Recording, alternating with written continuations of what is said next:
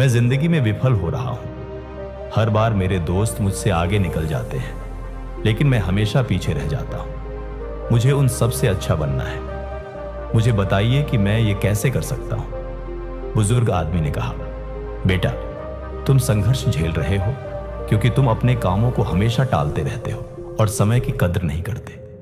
मैं तुम्हें एक कहानी सुनाता हूं जिससे तुम समय के मूल्य को समझ सकोगे। बुजुर्ग आदमी ने कहानी शुरू की।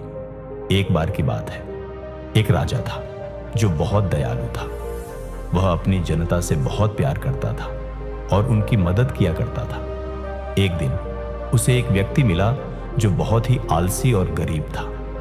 उसके पास न तो पैसे थे, न ही नौकरी और न ही इज्जत। वह हमेशा अपनी परेशानियों का दोष दूसरों को देता था। राजा ने उससे उसकी जिंदगी और उसकी परेशानियों के बारे में पूछा।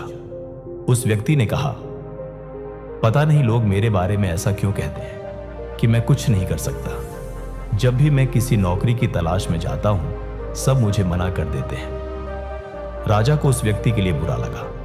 राजा ने कहा, एक सौदा करते हैं। सूर्य अस्त होने से पहले तुम मेरे राज दरबार में आना और जितना सोना चांदी तुम ले जा सको उतना ले जाना। वह सब तुम्हारा होगा। आदमी बहुत खुश हो गया और राजा को धन्यवाद कहा। वह अपने घर की ओर दौड़ा और उसने अपनी पत्नी को सब कुछ बताया। उस व्यक्ति की पत्नी भी बहुत खुश हुई और कहा, जाओ और जल्दी से सोना चांदी ले आओ। उस व्यक्ति ने कहा, मैं अभी नहीं जा सकता, मैं भूखा हूं, पहले मुझे खाना दो। जल्दी से उसकी पत्नी ने खाना बनाकर उसे दिया। उस व्यक्ति ने खाना धीरे धीरे खाया। उसने सोचा उसके पास तो बहुत समय है, खाना खाने के बाद खजाना लेने जाऊंगा। खाना खाने के बाद उसे नींद आने लगी। उसने सोचा, मैं अभी थोड़ी देर सो लेता हूं, कुछ देर बाद चला जाऊंगा। उसने सोचा कि वह थोड़ी देर ही सोएगा, लेकिन वह 2 घंटे के लिए सो गया। जब वह सोकर उठा, उसने देखा कि देर हो गई है। उसने जल्दी से कुछ बैग उठाए और राज दरबार की ओर भागा। रास्ते में धूप तेज थी, उसे गर्मी लगने लगी।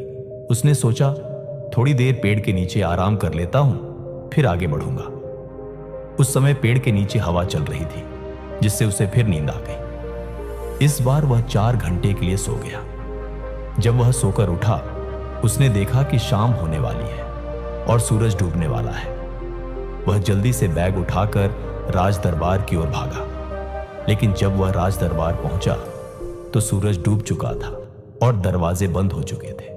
वह व्यक्ति बहुत दुखी हो गया। उसने अमीर बनने का एक अच्छा मौका गंवा दिया क्योंकि उसने समय के मूल्य को नहीं समझा।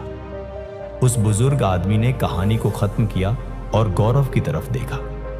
गौरव के पास कोई शब्द नहीं थे। उसे अपनी गलती का एहसास हुआ।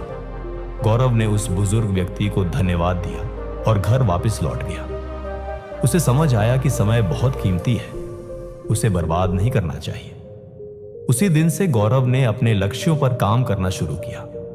उसने अपनी काम टालने वाली आदत को छोड़ दिया और वह बहुत प्रोडक्टिव बन गया। कुछ ही दिनों बाद वह अपने सभी दोस्तों से आगे निकल गया और कॉलेज का सबसे होनहार बच्चा बना। इस कहानी से हमें यह सीख मिलती है कि समय सबसे मूल्यवान संपत्ति है। अगर हम इसे बेकार की चीजों में बर्बाद करेंगे तो हमारे पास पछताने के अलावा कुछ नहीं बचेगा।